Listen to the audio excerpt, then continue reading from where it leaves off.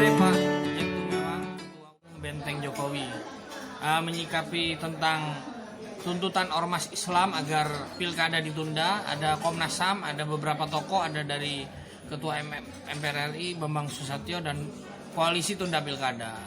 Harapannya menyikapi tentang tuntutan ini, sedangkan pilkada tetap harus dijalankan. Sikap Benteng Jokowi seperti apa? Terima kasih. Saya Jack Gumiwang menyikapi perkembangan COVID ini yang akan mempengaruhi pelaksanaan pilkada, maka kami berpikir kalaupun memang dia naik terus dalam waktu tempo sesingkat-singkat ini, COVID naik terus, maka kami mengusulkan juga kepada Pak Jokowi untuk bisa menunda pelaksanaan pilkada.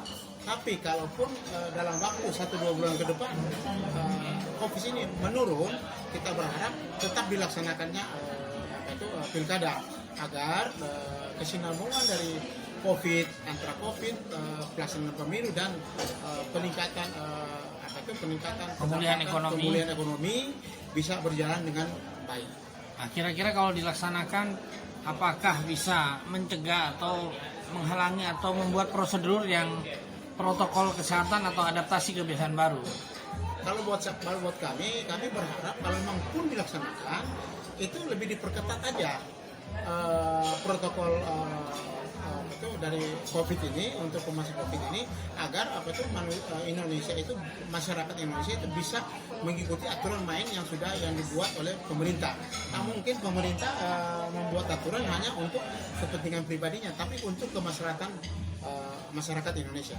Nah, soal aspirasi dari ormas-ormas ini, kira-kira Jokowi perlu mendengar nggak? Atau memanggil atau mendiskusikan bersama? Kami berharap aspirasi ini masih bisa dilaksanakan terus, agar setiap pandangan dari masyarakat ini pemerintah bisa mendengarkan langsung aspirasi, jangan didiamkan, karena kalau hanya didiamkan oleh pemerintah akan timbul gelombang lebih jauh ke depan.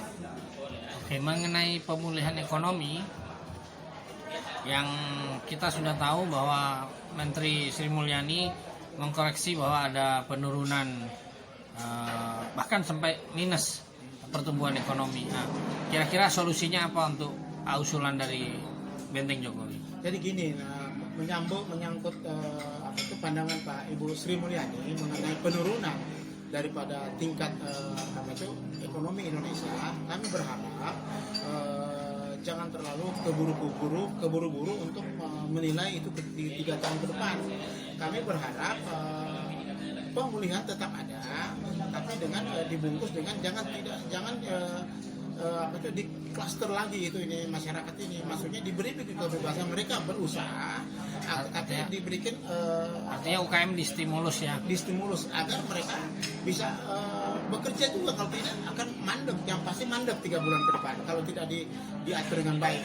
Justru itu kami mengusulkan, waktu kemarin ada webinar, mengusulkan bahwa biarlah dibuka sedikit, tapi protokoler itu dijaga ketat, oleh misalnya dipakai polisi, Kapolri Praja dan tentara untuk memperketat disiplin dari masyarakat, agar tetap mereka juga aktivitas dan ekonomi jalan. Nah, soal ancaman resesi, bagaimana mengantisipasinya? Nah, kalau untuk mengatasi ancaman resesi ini kan tetap kita harus ada persatuan dan kesatuan di seluruh lapisan masyarakat, agar sama-sama, karena ini menghadapi ini di semua dunia sama, bukan hanya Indonesia. Iya, tapi kalau kita sama-sama bertekad untuk bangkit terus, untuk bisa beraktivitas terus, ya antara masyarakat, pemerintah, pastinya akan banyak PHK. Berarti harus ada solusi supaya mereka bisa bekerja. Iya, misalnya memberikan UMKM itu seperti kemarin itu oleh Pak Jokowi. Tapi sementara ini kami berharap karena UMKM itu Kementerian Koperasi harus transparan, karena banyak sekali yang menilai Kementerian Koperasi itu kurang transparan agar semua benar-benar nyampe ke masyarakat. Berarti ini momentum untuk penguatan koperasi sebenarnya. Semestinya, karena ketika ekonomi kapitalis mulai runtuh kan. Jadi yang paling pas ekonomi gotong royong ditingkatkan. Dan ini harus distimulus ya Pak. Harus distimulus agar maksudnya semua lapisan masyarakat mendapatkan kepastian untuk berusaha ke depan. Oke. Gitu Pak. Oke, terima kasih Pak. Assalamualaikum.